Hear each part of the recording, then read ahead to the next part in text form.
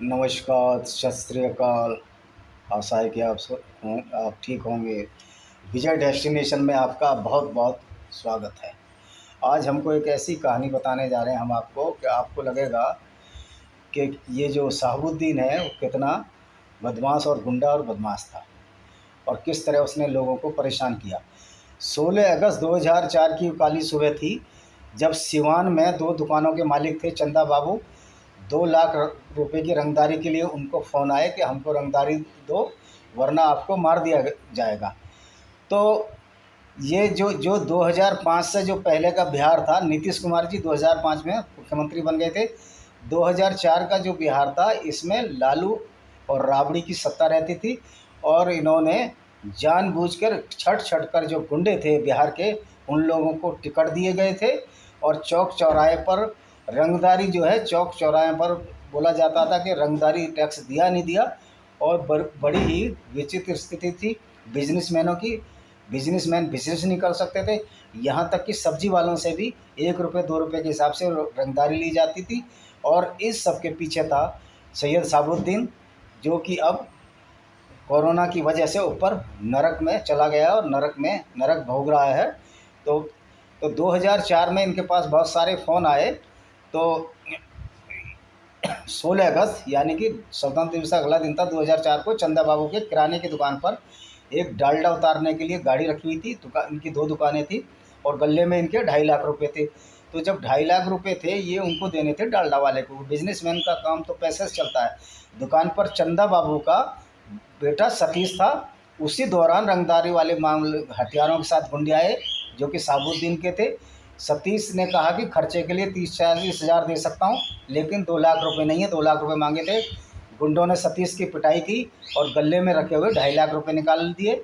छोटे भाई ने जब सतीश को गुंडों के हाथों मार खाते देखा, तो उसे बचाने के लिए बाथरूम साफ करने के लिए एसिड को मग में डालकर उनकी ओर फेंका।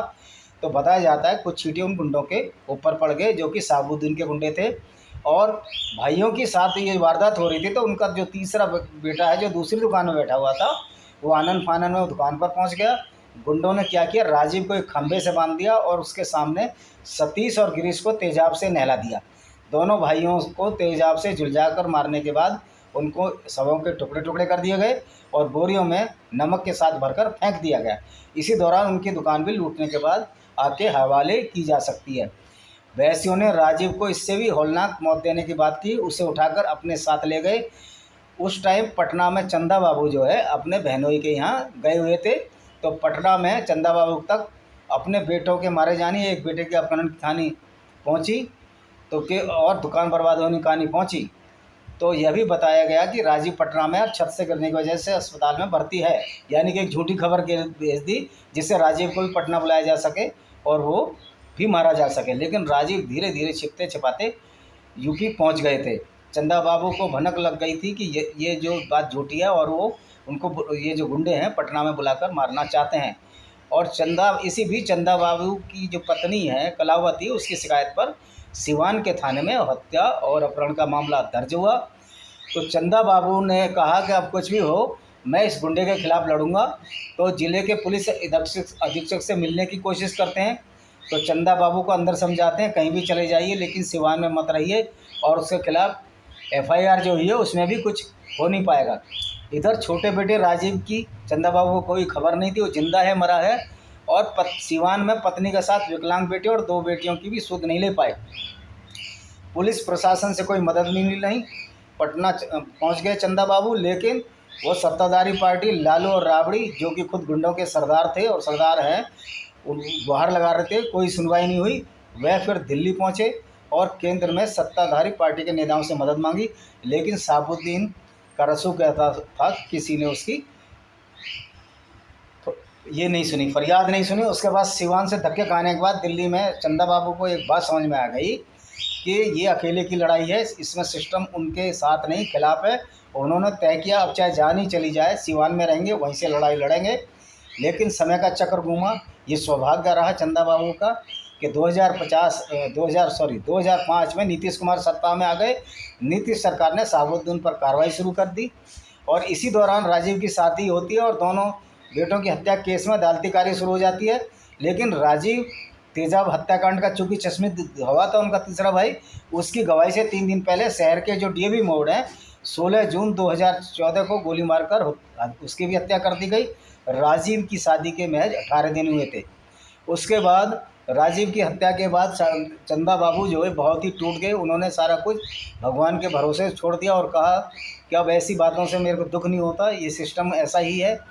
मैं पत्नी 65 साल की होगी और मैं 70 का हूँ। अब मुझे चिंता अपने विकलांग बेटे और पत्नी की है। उन्होंने दोनों बेटियों की शादी जैसे तैसे कर ही दी थी।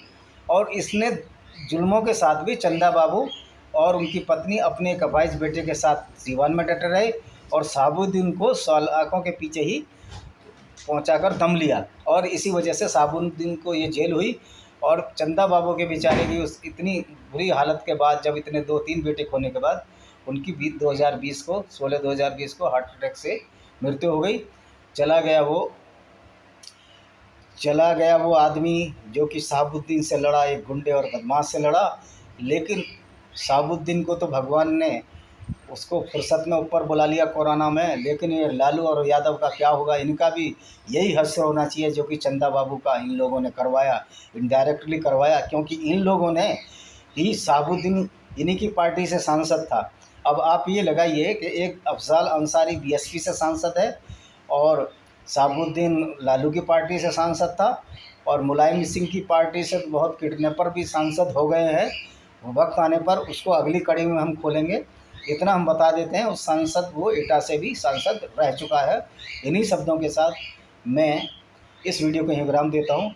आशा है कि आप सब कुशल मंगल होंगे और इस मेरे वीडियो को सब्सक्राइब, शेयर और बेल आइकन बटन को दबाएंगे। वंदे मातरम। जय हिंद।